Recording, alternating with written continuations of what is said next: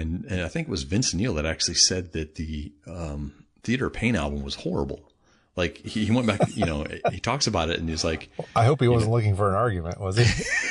Sorry. Not from you for sure. Welcome to Music Musing. Every once in a while, my brother George and I would have these conversations about music. Music is our passion, and it's a huge part of our lives, and we decided to share those conversations with you. So if you love music, sit back and enjoy this podcast.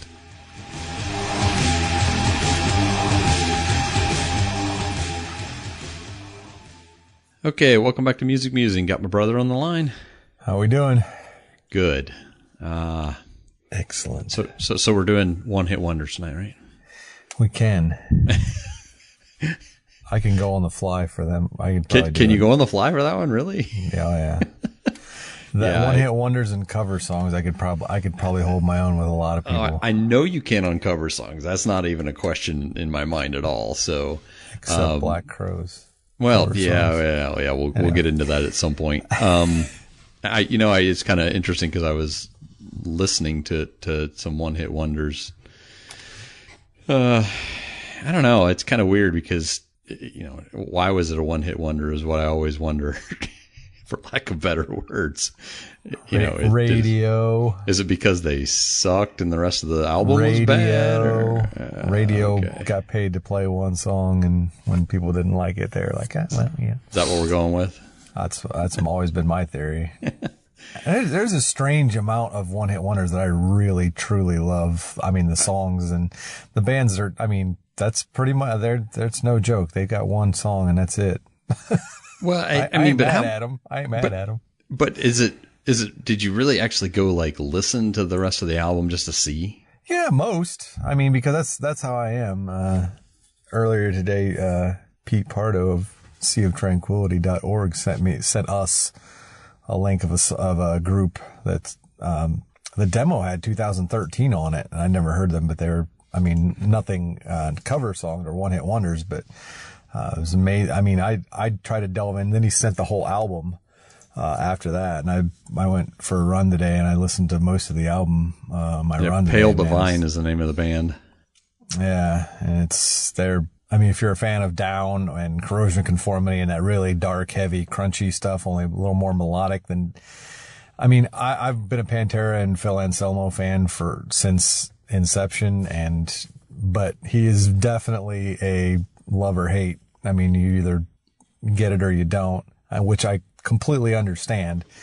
But this is more like Down music with, Corrosion and Conformity type melody behind it. It's really, I was digging it big time. So, but, I think it's weird because I read an article today where somebody was getting bashed for writing the article, but it was writing an article about they had started listening to vinyl and they went out and picked up Sheryl Crow's album with not to cut back. It was Jagged Little Pill with Alanis Morissette, and they said that it was horrible. Like they grew up as it was like they were an angsty girl, and when they got the album, it was like the perfect feeling of what they lived through each day, and it was the greatest album ever when they were in high school, junior high, college, and and then they pick it up now and they're like, oh my gosh, this is horrible, and it makes you wonder. Don't fit anymore, and all this. Something like that. But like Schubert Dip, EMF, I love the song. Yeah. I love the, what was it? What the heck is the name of the song? EMF? Yeah. I could see the cover of the album. I'm blanking on the song. The one-hit wonder they had. Yeah. Well, there's a swing and a miss for me. I think I know what you're talking about, but let's go to Chumbawamba. There you go. Something. But so you actually went and listened to the albums? I actually bought the album. What? Yeah. But in all fairness, it was when I think we've went over this too. It was you get 30 CDs for a penny, and then you have to buy 14 more, $70 a piece after that. And it was like one of those, what am I going to I have to buy so many albums. Okay, I just want Chumbawamba. And, but quick side note, you brought up Alanis Morissette. I just, Access TV just had her in concert, like recently, like today I was watching it. I don't know when it was recorded, but it was very recent. And, I used to think she had, great pipes and great performer, and wow, she sucks. Yeah, that's what they were saying. Is they said that they look back at it and listen back. I mean, I was a fan. I was on board. I mean, that what is it? I want you to know. You ought to know. You ought to know. There you go. Yeah, that's how bad it was. But yeah, I mean, I was down. I was in. She had me hooked too in the late '90s, early mid '90s. I don't even know when it was. But so Unbelievable's the song by EMF. I couldn't think of what it was called. Yes, it is. Yes, it is. And I actually purchased that album, and I was extremely let down. I guess they're called one-hit wonders for a reason, but I always wonder why. I always wonder if, what the producers were thinking at that point, if they, look at this band and go, you guys are great. We're going to make an album. We're going to spend millions of dollars to make an album, and one song hits, and then the rest of them are like, but absolutely zero. I heard something one time. I think it might have been on like Def Leppard Behind the Music or something. Joe Elliott was talking. He was like, you only need one top 40 hit song. It has to be like, even like 39, and your royalties, you are set for the rest of your life as a regular dude. I find that hard to believe.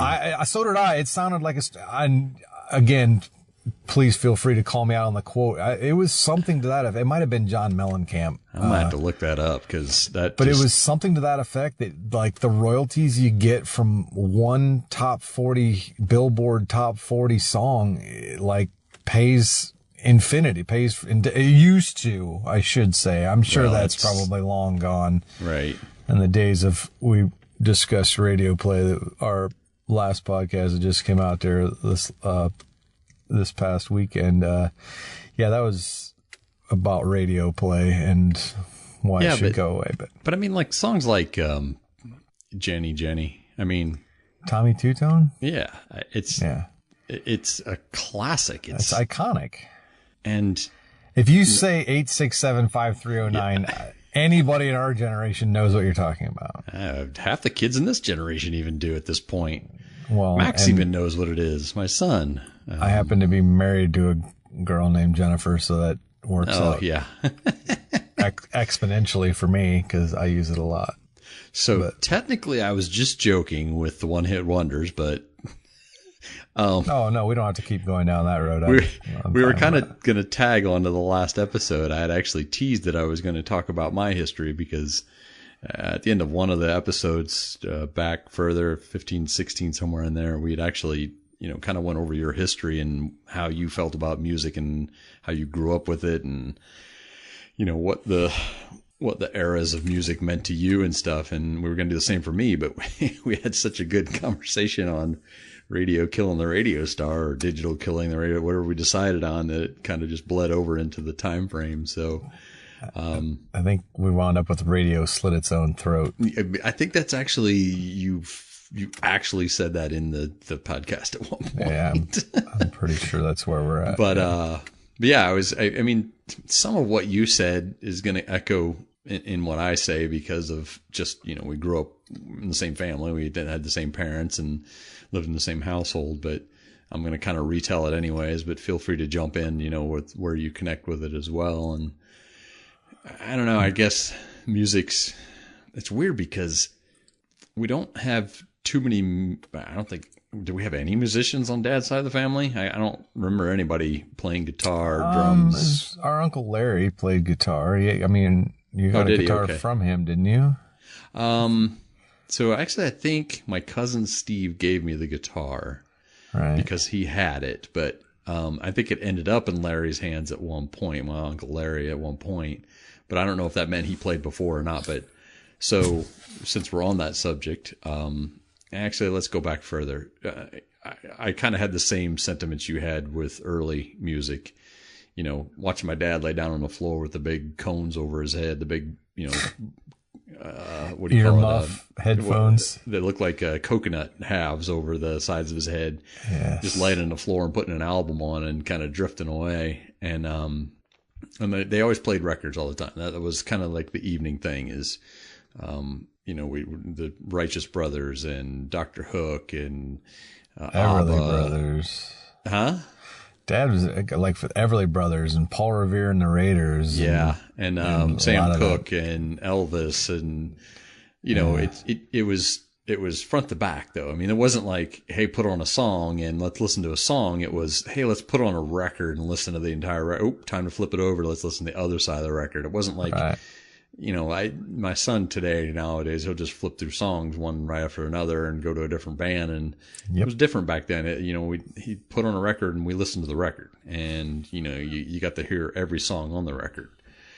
Kind of goes back to that one hit wonder idea. But, I remember having fond memories of those times, just sitting there listening to it. And, Christmas, they would bust out the Christmas albums and you'd get the Elvis, Christmas and Blue Christmas. They still have the actual blue vinyl. I know. I saw it last time I was back home. That's righteous. Sorry. If you got a blue vinyl album of Elvis's Blue Christmas, that's a win. That's a win. I think it was Blue Hawaii actually, wasn't it? No, it's Blue Christmas. Blue Christmas? Okay. Yeah. And then what kind of turned into, that was in Ohio. We lived in Ohio till I was about probably 12. You were about 9 or 10, right? 10 at some point. And that was that's what music was to us. We didn't have any outside influences, except for your friend Steve, who introduced me to AC/DC. Yeah. I can still see him standing on the pool table, singing "You Shook Me All Night Long," or was it Back in Black? No, it was "You Shook Me All Night Long." Was it? Okay. I can still see him, your friend Steve Schmidt, standing on a pool table in a side room with that blaring, and me going, "What the heck is this?" And I'm like, "Oh, that's horrible. That's rock. I don't want to listen to that kind of stuff. I want to go back to the Everly Brothers and Unchained Melody and Little Did I Know." Side note, real quick. Yeah. The 25th anniversary, or the 87, 96, I don't know. There was an anniversary of, I think it was the 29th anniversary of Among the Living, Anthrax Among the Living. Oh, I did see that the other day, which was a big... Yeah, same guy, almost the same story. We went back from Florida to Ohio on vacation, where we were from. A lot. Yeah, and kind of the same story. He's like, "Dude, you got to check this out."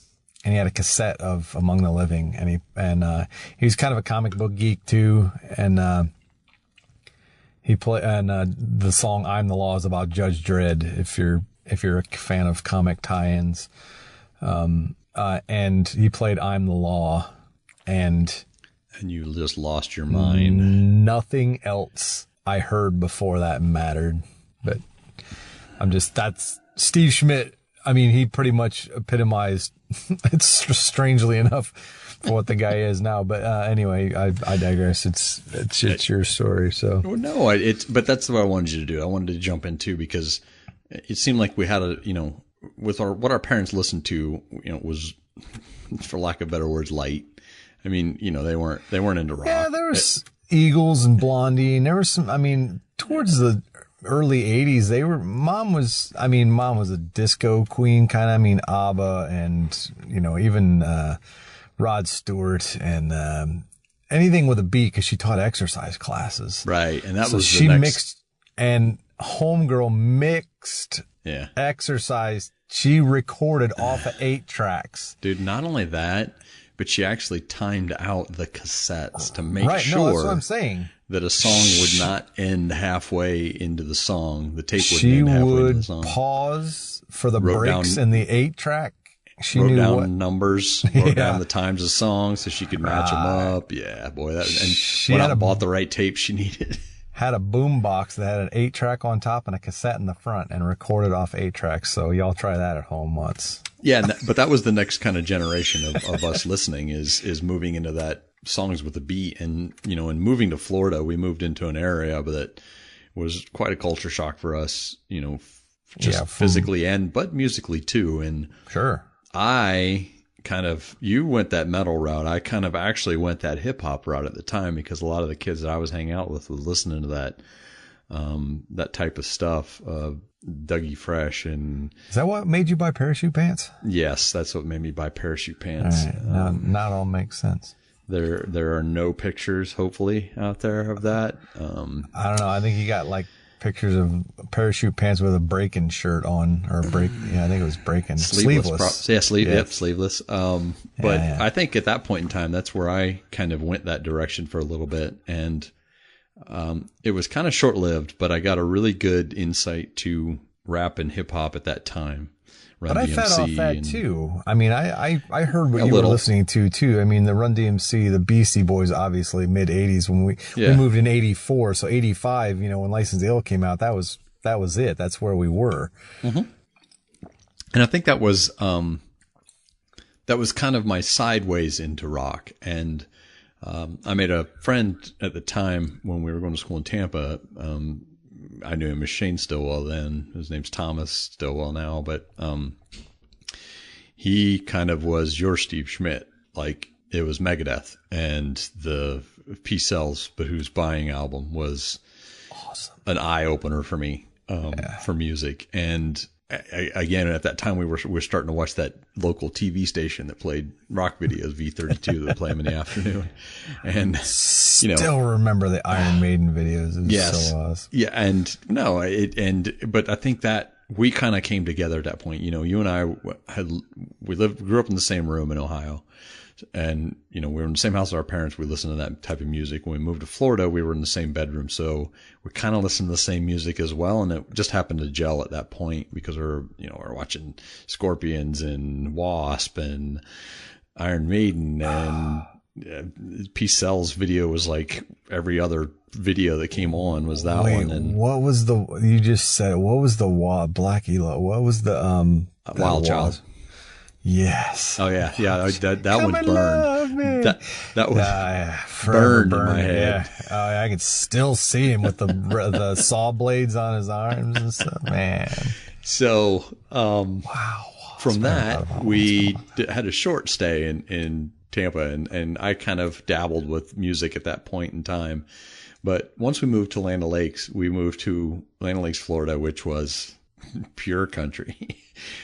Oh yeah. But there was a separation. There was a separation there, though. There was also the burnouts, was what they were called at the time. The kids that listened to Megadeth and AC/DC and Led Zeppelin and Anthrax and all that kind of stuff. And I kind of gravitated towards that at that point, but not really. I mean, I was still kind of experimenting with listening to that type of music. And I remember shop class. I'd made friends with a kid named Brian Schilling. We were really good friends, same class. His older brother, Mike Schilling, was in the shop class at the same time. And Mike actually was a drummer. I think he might have actually been playing drums at the time, right? He still is. Yeah, I think he was actually playing before he got out of high school. I think so, yeah. I think he was playing like in the school band drums, and he might have been, actually, now that you mention it. Anyways, I walked in just as someone else was giving a cassette tape back to Mike Schilling. And I didn't know him that well, but I saw that it was Guns N' Roses' Appetite for Destruction. And I said, "Can I borrow that? Is somebody giving it back to you? Can I borrow that?" And he's like, "Yeah, sure, go ahead." So I took it home, and I can tell you that I can distinctively remember kneeling down in front of my bed, putting my headphones on for my Walkman, putting the tape in and hitting play, and it changed how I thought of music forever. Even at that time, with the low quality headphones and a Walkman and cassette tape, I still could hear those guitars on different sides, and it was a sound that I'd never heard or never appreciated before. And at that time, we were kind of listening to like 80s hair metal, Poison, Kiss, Firehouse, Danger, name all the bands with hairspray. Dangerous Toys. Yeah, we were listening to them as well. But this was, I think it was the best of old rock and the best of new rock. And it just changed how I saw music. I started listening to all I could. I became a huge AC/DC fan at that point. I was buying box sets. I was getting import albums. It was just a fun thing to do. And at about that time is when I decided, if I'm going to appreciate this music, I want to play guitar. That's the next thing I want to do. Mentioned it to my parents, and my dad said, "Hey, I think my brother had one years ago. Actually, your namesake, right? I think who it was. Yeah. His brother, George Wayne Sybert, which is your name. You got named after him. Yeah. You got killed in the car accident? Yes. I believe, yeah.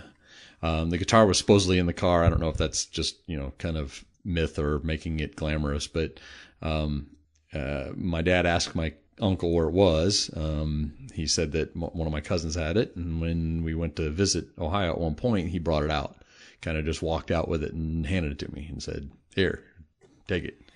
I look back on that guitar now, and not to get too technical for you, but I think it was an early pre-serial Fender that was before they actually had the copyright or patent on the Fender guitar. I think it was pre that, so it probably would have been worth a decent amount of money, but it's what I started on. I got a little box amp that had a couple tubes in it, and it was just enough to get me hungry for what I wanted to do. I can still hear smoke on the water from across the hall. I'm trying to think if I did actually learn that first. Oh yeah, I guarantee you did. Over and over. Yeah. Well, and insight to my playing. I'm not, a seasoned musician as far as reading notes and stuff, but I certainly have played for a long time. From that guitar, I realized pretty quick in learning that I was going to need something else. But at the same time frame, I started working at McDonald's in Land O'Lakes, and the manager, Anson Mitchell, could play guitar. Not only did he play guitar, he was just an amazing guitar player, a shredder. He knew scales. He could play lead everywhere. He could play rhythm. And I just asked him, I said, would you kind of just show me some stuff? And I ended up showing up a couple times with that old guitar and him just kind of showing me things. And I look back now and realize that it was early Motley Crue riffs that he was teaching me, but I had no idea. It was just kind of, hey, I know what this is. And realized that I needed something much better than what I had. And man, it seems like all your friends got me hooked on all the type of stuff I needed to do rock with. That's probably possible. Was it your friend's brother had a guitar? Is that correct? Or was it his? You have to narrow it down. They lived in Lake Padgett. Two brothers. Oh, Alan Stentz. No. It wasn't Billy? It was their dad was in a car accident and couldn't walk right. Oh, Lot and Sean. And I think it was Sean's guitar, right? Probably. Yeah, it was Sean Connell's guitar, and it was a Marshall tube amp.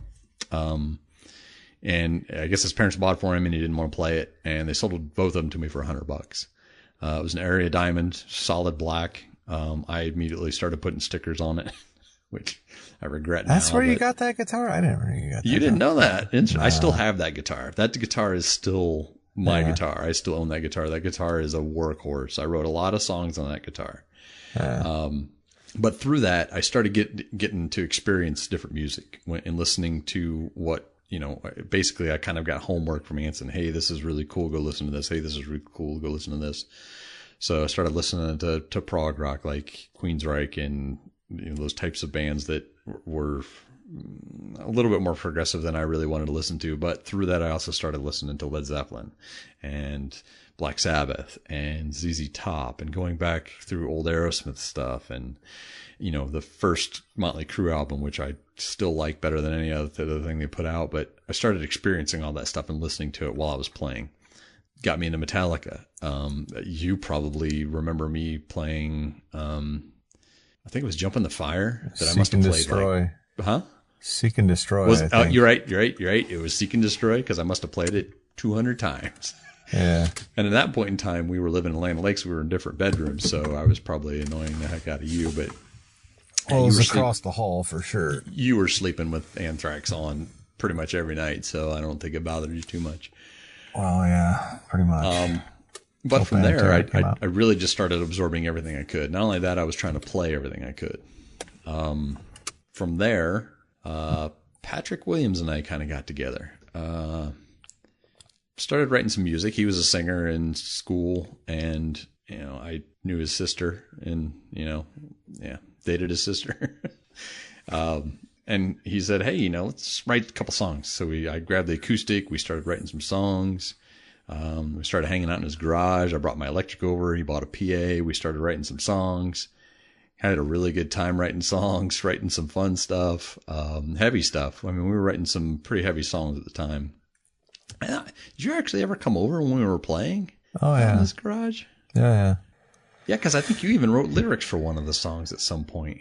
Yeah, well, I mean, I wouldn't know what it would have been, but I remember being over there quite a bit with Patrick and everybody. Mike over there. And everybody was over there. Yeah. So yeah, we started playing songs. We started having people over and having parties and playing a couple of our songs. Just me and him for starters. Where did I go for music from there? Pretty much stayed on that route. Patrick moved out to Plant City. I moved out to Plant City to take a job. I think I was working with him and his dad. And we started writing more music. And we started actually writing songs. And I met a drummer. Working at Geico. I'm trying to think what year that was. I guess I probably shouldn't get into years. That'll make it look really bad. Wow. But Josh Boles, met a drummer named Josh Boles. You could probably say one of the best drummers I've ever met, period. Just a fantastic Super timekeeper. Talented dude. Yeah. Yeah.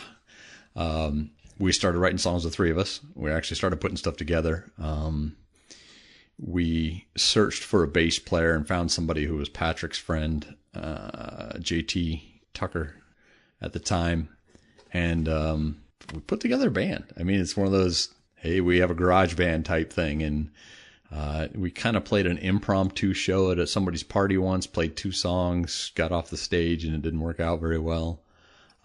We played a coffee house. We played a really light set, an acoustic set. Didn't go over very well. Then we finally got booked at a place called the Brass Mug. I'm going to take a break and take a drink for a second. I'm going to let you explain that place. I don't think there's any way to explain the Brass Mug. The name itself explains the Brass Mug. If you've ever been to a bar that the interior looks like something you scrape off the bottom of your shoe and you do need a shower after you leave, that's the Brass Mug. So it was in a strip mall in probably one of the worst neighborhoods in Tampa. Ironically, it was around the corner from where we first lived in Tampa. Walking distance. Walking literally. distance. It was on the end unit. It was the end unit of a strip mall. And you're right. I can't. People went outside to go to the bathroom instead of going into the bathroom. That's how bad it was. It was probably cleaner outside too. Yes, that's probably why. But that's kind of where we booked our first show. The 4 of us got up on stage. Actually, I take it back. I'll tell another short story real quick on that. The band that played before us, the guy's amp went out, totally went out, lost it. This is my first show. Asked me if he could borrow my amp, and I'm like, I guess. So he just played his pedal board through my amp. It was a Vox 150 head at the time, I think, that I was playing, and I was terrified because if he blew my amp, I didn't have anything to play for our first show ever. Ended up working out. Played the first show, pretty good. I don't think you were at our first show, were you? No. Yeah, it ended up being okay. It kind of got our feet wet for what we wanted to do. And then it kind of went from there. We started playing local clubs. We played some in Tampa. We played Clearwater. We played Winter Haven. Some stuff in Plant City. Some stuff in downtown Lakeland. We played a lot of shows. There was times when we went on at 2 a.m. We started at 2 a.m. There were times where we went on at 8 o'clock and nobody was there. And then there was those times we opened for 7 Mary 3. Yep. Which was the pinnacle. And I always wondered this. I always wonder from the outside point of view what it was like, because when you're on stage, it's a little bit different. when you look out and see people. I mean, we have video of it. I can link to the videos, the YouTube stuff for where we played open for them. But you were there. I mean, oh yeah, you were in the front row when we were playing. You know, you also saw 7 Mary 3 and the band that played just before him. Stalling Dawn was the other band that played just before him. But I mean, what was it? What was it like to watch our band play? I mean, what was it to you? Different, because I mean, you guys did like sort of a cover medley thing there, like most of the way, and to close, like almost the end, or to close the set out. But I mean, it was different because I knew the songs because I'd heard them. I heard you guys rehearse. I heard you guys play. I'd been, I'd seen you guys a lot, so it was kind of different. But it was cool seeing, I mean, knowing what the payoff was. Like it, when you go from the Brass Mug, which really was a filthy hole in the wall bar with like, 3 tables in it, and then to go to, the Ritz, was it the Ritz in Ybor? No, it was, the Masquerade in Ybor. Oh, Masquerade. So, yeah. I mean, it was a national act place that Pearl Jam had played there. And yeah. No, I mean, it was probably 2,500 people, maybe. So, I mean, probably in the building, maybe 2,000. I don't know, maybe. Yeah. I mean, it was valid, but I mean, 7 Mary 3 was, I mean, to be honest, probably 3/4 of the way they might have, I mean, they were playing 2,000 seat venues. It was late in their career too. But the payoff was worth it. I mean, to see you guys come through like the Brass Mug and the Pegasus Lounge, and I could stand on my tiptoes in the Pegasus and put my head on the ceiling. That's how bad that place was. That place was scary. Well, the stage on the Pegasus Lounge was just, it was like 10 by 5. And yeah, you had to stand on your amp, I think, to get on the stage. Something. And when we played at Masquerade and we opened for 7 Mary 3, I mean, you're looking at, 30, 40 feet wide, 25 feet, 30 feet deep. Yeah. And 4 foot, 5 foot up. I mean, It was a stage. Yeah. And the payoff was way better, knowing that, what you guys, what the stakes were, I guess, or what you guys were doing, opening for a nationally recognized, act it was huge. But the coolest part, and if you do put the link up, or I'm sure you will, to the YouTube videos, there's, they did a medley of, I believe it's Paranoid and Paranoid and War Pigs, kind of back and forth between them. And, to have, I mean, a few hundred people singing along. I mean, yeah, it's a cover or it's a montage or whatever you want to call it. But I mean, to have that many people singing along with you playing it was a really cool moment. I mean, that's what I remember most about that show was everybody's, sing. I mean, cause everybody knows the words Paranoid and War Pigs. But it was everybody there did. Well, yeah. And I mean, yes, I'm sure, the dream or the idea of your band, making it big and your songs being on the radio and so on and so forth, I'm sure is obviously at least some part of a goal for any musician or band. Yep, it was. So I imagine it is sort of bittersweet that, I mean, everybody was singing the song that you were playing, but, it was a cover song. So it was kind of a strange situation. That thought never entered my mind. I was so hyped to be. No, I know. And that's what I meant. It had to be, a high watermark, obviously.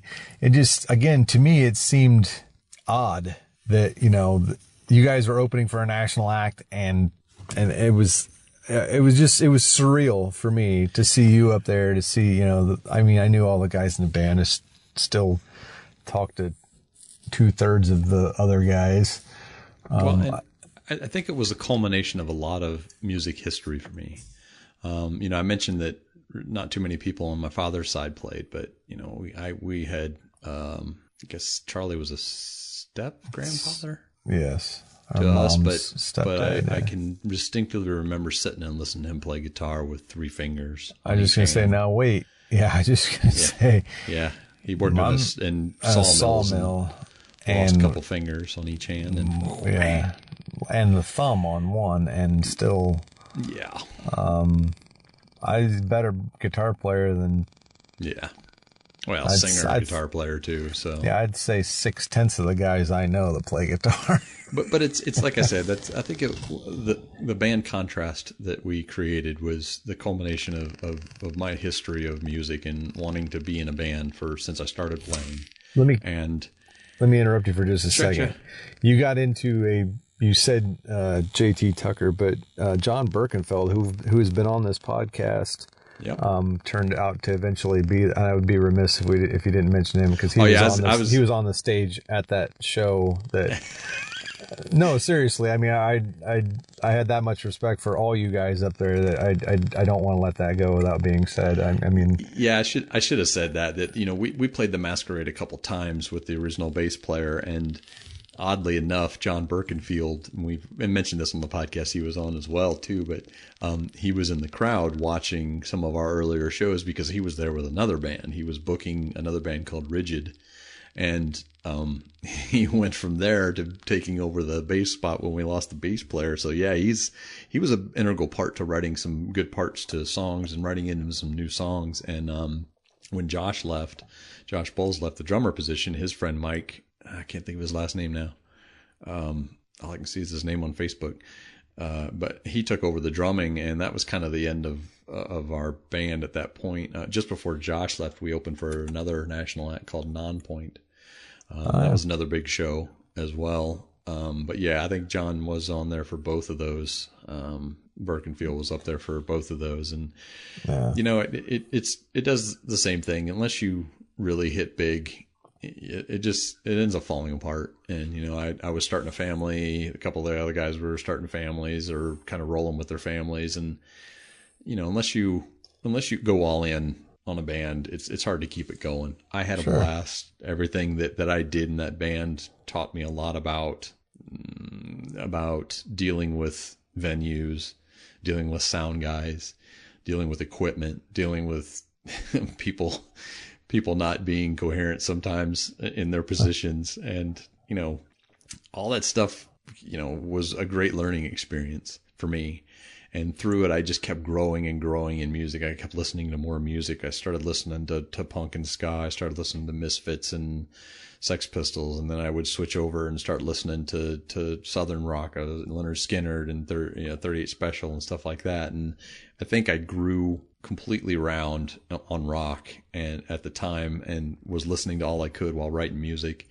And, not put myself up on the pedestal, but I wrote a lot of the music and the words for most of our songs. And it was my heart in it too. A lot of the words came out of either relationships or friendships or, things that have become personal to me. And I think that's what makes good songs. I think when we talk about rock music and we talk about, the songs that hit us where it hurts, it's because those guys were writing from something. They were writing from, a feeling they had, or a breakup, or losing somebody that died or something. I mean, it's, a lot of what I put into it was because of that. A lot of what I put into it was my heart and soul. And it was a lot of poems that I'd written years before that, Patrick was crafty enough to match with rhythms and leads that I was playing at the time. Well, and to have, three solid musical influences to bounce ideas off of and to get their take and stuff too. Obviously plays into that. When you're like you and I talk, that's one thing, what my influences are, but when you got somebody, three other guys that have different, they were raised differently, they have different influences, listen to different music, same style, but different bands, and they can turn you on to, stuff. And like you said, make you more well-rounded. That's why if anybody sends me something, songs or bands or whatever, I listen to it. If I hate it, I'm not going to lie and say, that's pretty good. No, if it sucks, it sucks. That's the way I've always been with music. And we've been over this, like, I'd say at least a dozen times, everything from, it's common knowledge that I hate country music. but it's okay for you to like it. Yeah, exactly. You know what I mean? That's where this whole podcast and our backgrounds kind of tie into all of this. That at no point do I judge you by what you listen to. But that door swings both. It has to swing both ways with me, or I really do take that personally. If you tell me that, well, you hate country music. Yeah, but it's okay for you to listen to it or for you to like it. In fact, I encourage that. If you find music, if you find something that touches you or that moves you or that you feel expresses what you're thinking or feeling, by all means, knife and fork, as much as you can shovel in. But do not look down on me because I don't like Garth Brooks, and I will listen to Lamb of God till my ears bleed at full volume if I'm pissed about something, and that takes that weight off of me. Yeah. So I think, like, when you were on stage, I think, like you said, you didn't even come to that conclusion because you were just lost in the moment. I think that's what this whole podcast is about. That's what this whole experience is about. That's what music is about. And you just said it. That was the last line. I was just going to tag that. That's what music is to us. That's what we feel about music. And I got lucky enough to put that on stage and to put my heart and soul out there and to actually put what and you're right. It wasn't just me writing. I wrote the music and the lyrics a lot, but it wasn't just me. There were some songs that Patrick wrote the lyrics, and there was some music that, John gave me input on, or JT actually, Views was a song that JT actually kind of set up for me, and I ended up writing around it. But, it's, I appreciate you giving me your insight because I don't think we've ever really talked about it, and it's hard for me to see it from up there. I don't get to see what people see from the other side. Yeah, right. I get video, but I don't get to see what people see and understand from the other side. And, it's kind of that you did it and you got the T-shirt to prove it, which we did have T-shirts actually that proved it. But and I think from there, music for me just became historical. I don't know. That's the only way I can think of putting it. But I started researching a lot after that. After the band kind of went away, I was living in Lakeland at the time, Plant City at the time, and I just got married. We had a son on the way, and I realized that my faith was something that was becoming a lot stronger in my life, and I didn't realize until we moved to Maryland that, wow, I could actually get on stage and play guitar and play even contemporary rock music and still give my faith a go at it and play in a worship team. And I think everything up between those two things, and even at the beginning of me being in a band, was growing to that. And it made music a historical event for me.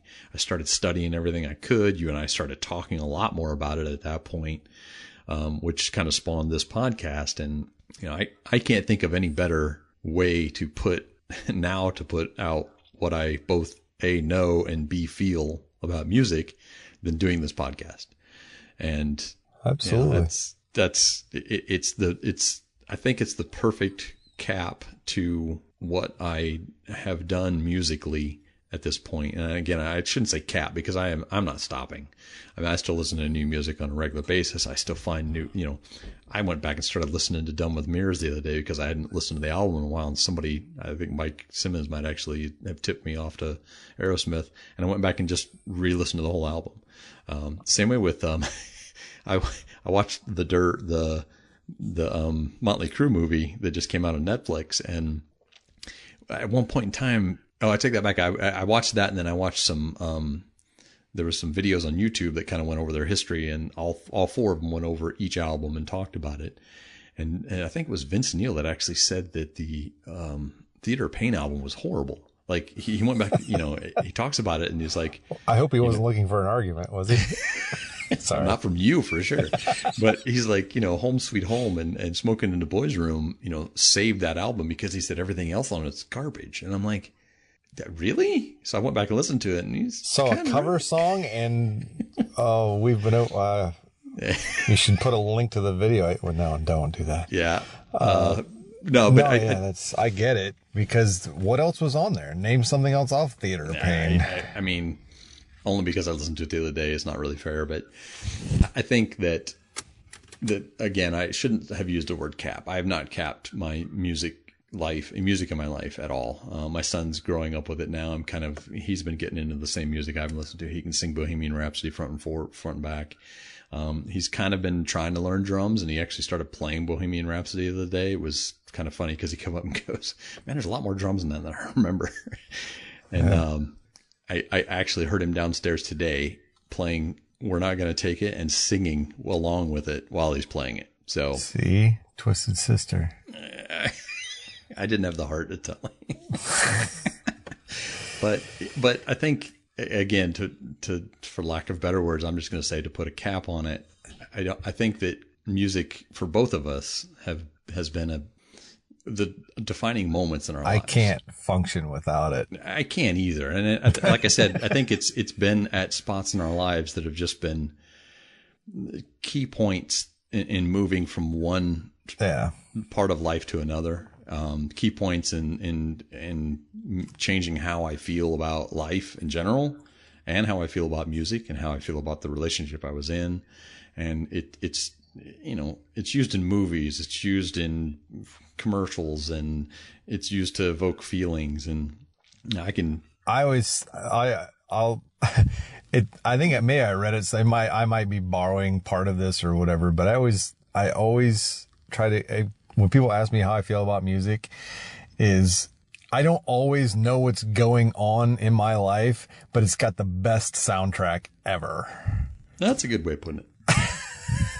Yeah, that'll probably do it. That'll probably seal it up right there. Because I mean, I'm currently playing at a really good church up here, and we're in Maryland, and I'm playing on a worship team, and we play a lot of contemporary, and it's some of it's heavier. I mean, we're playing some decent rock sounding stuff.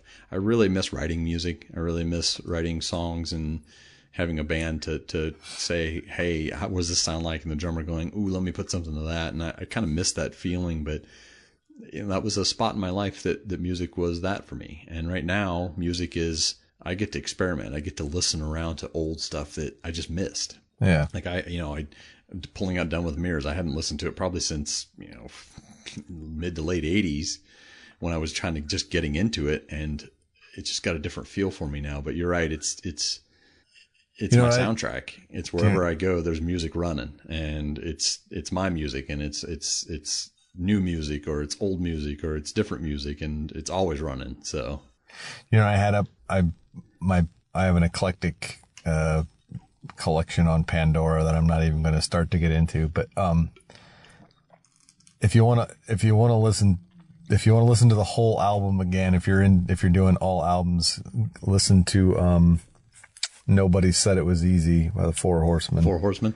It's kind of funny. I just stuck that on I'm making an ultimate list on Spotify of just everything that I love throughout the years. It goes all the way back to Zeppelin and AC/DC, and all the way up to Creed and one of Stained the and stuff. Best guitar, Tired Wings is probably one of the best guitar riff, and like with slide, like filthy Southern rock. Well, even the rhythm in that is just amazing. That's what I mean. It's the whole song is just stupid. And the whole song is, what's that one?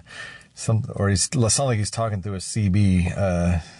I can't even think of the name of the song now, but it's just great, dirty rock and roll. It's good stuff. I'll see if I can find it and put it on there. But I mean, just to kind of seal it up, I left a lot of gaps. There was a lot of things in my life that I mean, the more and more I think about it, there's so many gaps I left at this point, but music's always been there. And that's why, again, I'm not trying to hammer this home too hard, but this is why we're doing what we're doing here.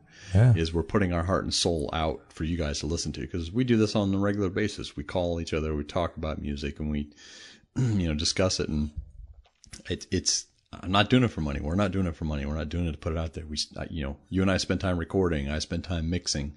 We push it just so people listen to it, only because we just want you to listen to it. We want you to talk to us and say, "Hey, I relate. I did that same thing. I played in a local band and it was great, and I just really miss writing music." Email us and tell me that. Send me a message. reach out to me. Yeah, that's what we do. Is we're waiting out there. You're on Instagram. You're running the Instagram. We're both on Facebook. I'm on Twitter. You're sometimes on Twitter.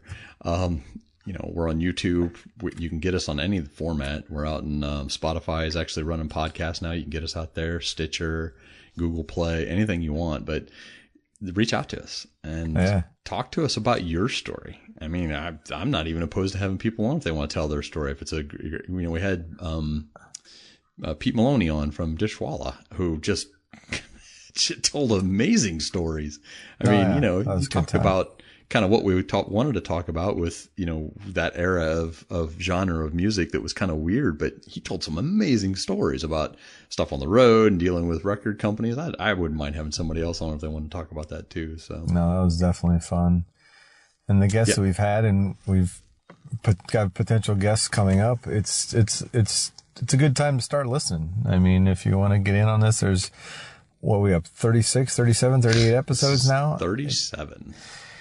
It's 36, sorry. There's a lot of good stuff. I mean, you can pick and choose even. I mean, you can play trail mix on the board there. Pick these listen to one that you like, and if you like that, keep listening and download it and holler at us. Talk to us, right? Holler at us. Tell us something.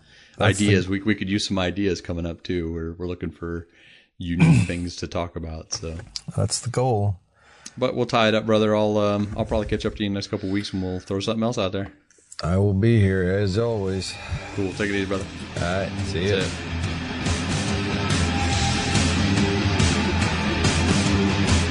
We want to talk to you about music, so reach out to us at musicmusingfeedback@gmail.com.